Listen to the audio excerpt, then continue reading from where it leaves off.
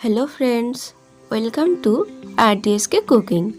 Rdhk কুকিংয়ে আপনাদের সকলকেই অনেক অনেক স্বাগত। আশা করি সবাই খুব ভালো আছেন, সুস্থ আছেন। চলে এসেছি আজকেও দারুণ স্বাদের একটি নিরামিষ রেসিপি নিয়ে। আজকে আমি বানাবো নিরামিষ পাপড়ের ডালনা। নিরামিষ দিনে খুব কম সময়ে সহজেই এই রেসিপিটি তৈরি করতে পারেন। তো আশা করি ভিডিওটি ভালো লাগবে, শেষ পর্যন্ত দেখতে থাকুন। ভালো লাগলে লাইক করবেন, আর আমার চ্যানেলের নতুন বন্ধু হয়ে থাকলে অবশ্যই আমার চ্যানেলটি সাবস্ক্রাইব করবেন। তো চলুন ভিডিওটি শুরু করা যাক। প্রথমে আমি পাঁপড়গুলোকে ভেজে নেব। তার জন্য কড়াই তেল নিয়ে নিয়েছি। তেল গরম হয়ে গেলে আমি পাঁপড়গুলোকে ভেজে নিচ্ছি। আমি ঠিক এইভাবে পাঁপড়গুলোকে ভেজে নিচ্ছি, তবে আপনারা আপনাদের পছন্দ অনুযায়ী পাঁপড়গুলোকে ভাজতে পারেন। আমি এভাবে ফোল্ড করে ভেজে নিলাম, আর একই রকমভাবে আমি সব পাঁপড়গুলোকেই ভেজে নেব।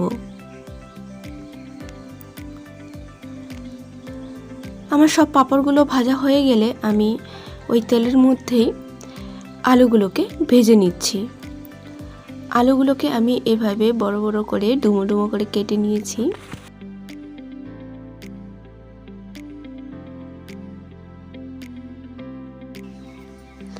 দিয়ে দিচ্ছি লবণ আর সামান্য একটু হলুদ গুঁড়ো। লবণ আর হলুদ গুঁড়ো দিয়ে আমি খুব ভালো করে আলুগুলোকে ভেজে নেব।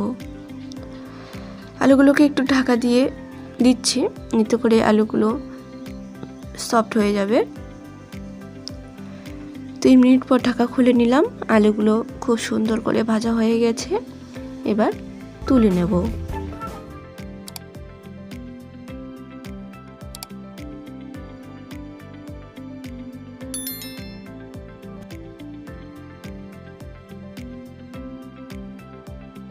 সব আলুগুলোকে আমি তুলে নিয়েছি। এবার ওই একই তেলে দিয়ে দিচ্ছি 2টো তেজপাতা ফোড়ন, হাফ চামচের মতো গোটা জিরে ফোড়ন।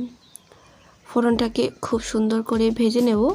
ফোড়ন থেকে যখন খুব সুন্দর একটা ভাজার সেন্ট বেরোবে, তখন আমি এর মধ্যে দিয়ে দিচ্ছি হাফ চামচ পরিমাণে আদার পেস্ট।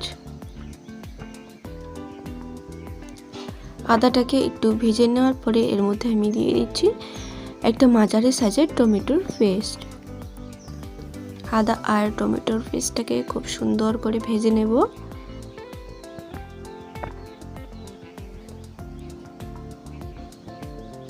এবার আমি এর মধ্যে অ্যাড করছি স্বাদ মতো লবণ,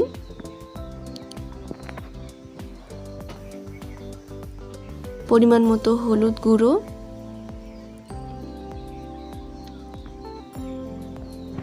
এক চামচ পরিমাণে জিরে ও ধনে গুঁড়ো, আর দেব 1 চামচ পরিমাণে শুকনো লঙ্কার গুঁড়ো।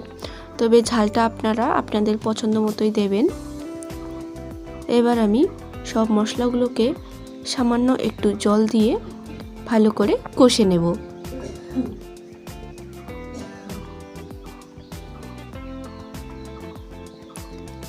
খুব ভালো করে সব মশলাগুলোকে আমি কষে নেব।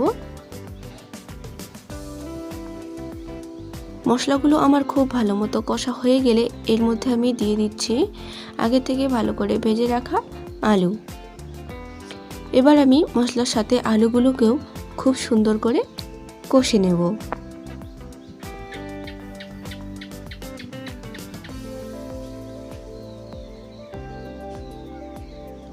দেখুন, আলুগুলোকেও আমি খুব সুন্দর করে মিনিট 5 ধরে কষে নিয়েছি। এবার এর মধ্যে আমি পরিমাণ মতো জল দিয়ে দিলাম।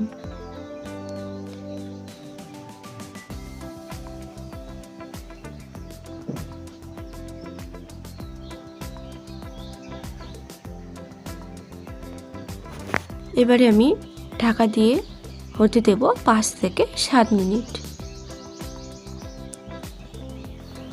7 মিনিট পর ঢাকা খুলে নিচ্ছি।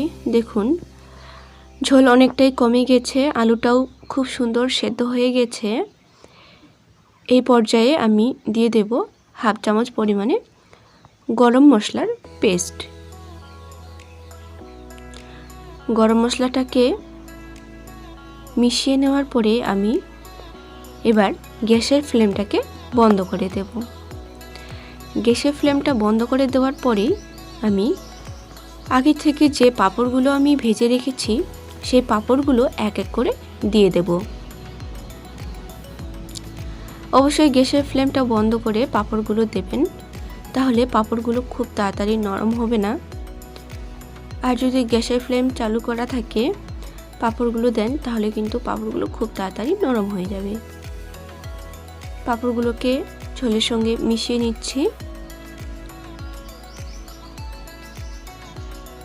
মিশিয়ে নিলেই তৈরি হয়ে গেল আমাদের দারুণ স্বাদের নিরামিষ পাঁপড়ের ডালনা। তো ফ্রেন্ডস, আমার আজকের রেসিপিটি আপনাদের কেমন লাগলো অবশ্যই কমেন্ট করে জানাবেন। ভালো লাগলে লাইক করবেন, শেয়ার করবেন আপনার ফ্রেন্ডস এবং ফ্যামিলির সাথে।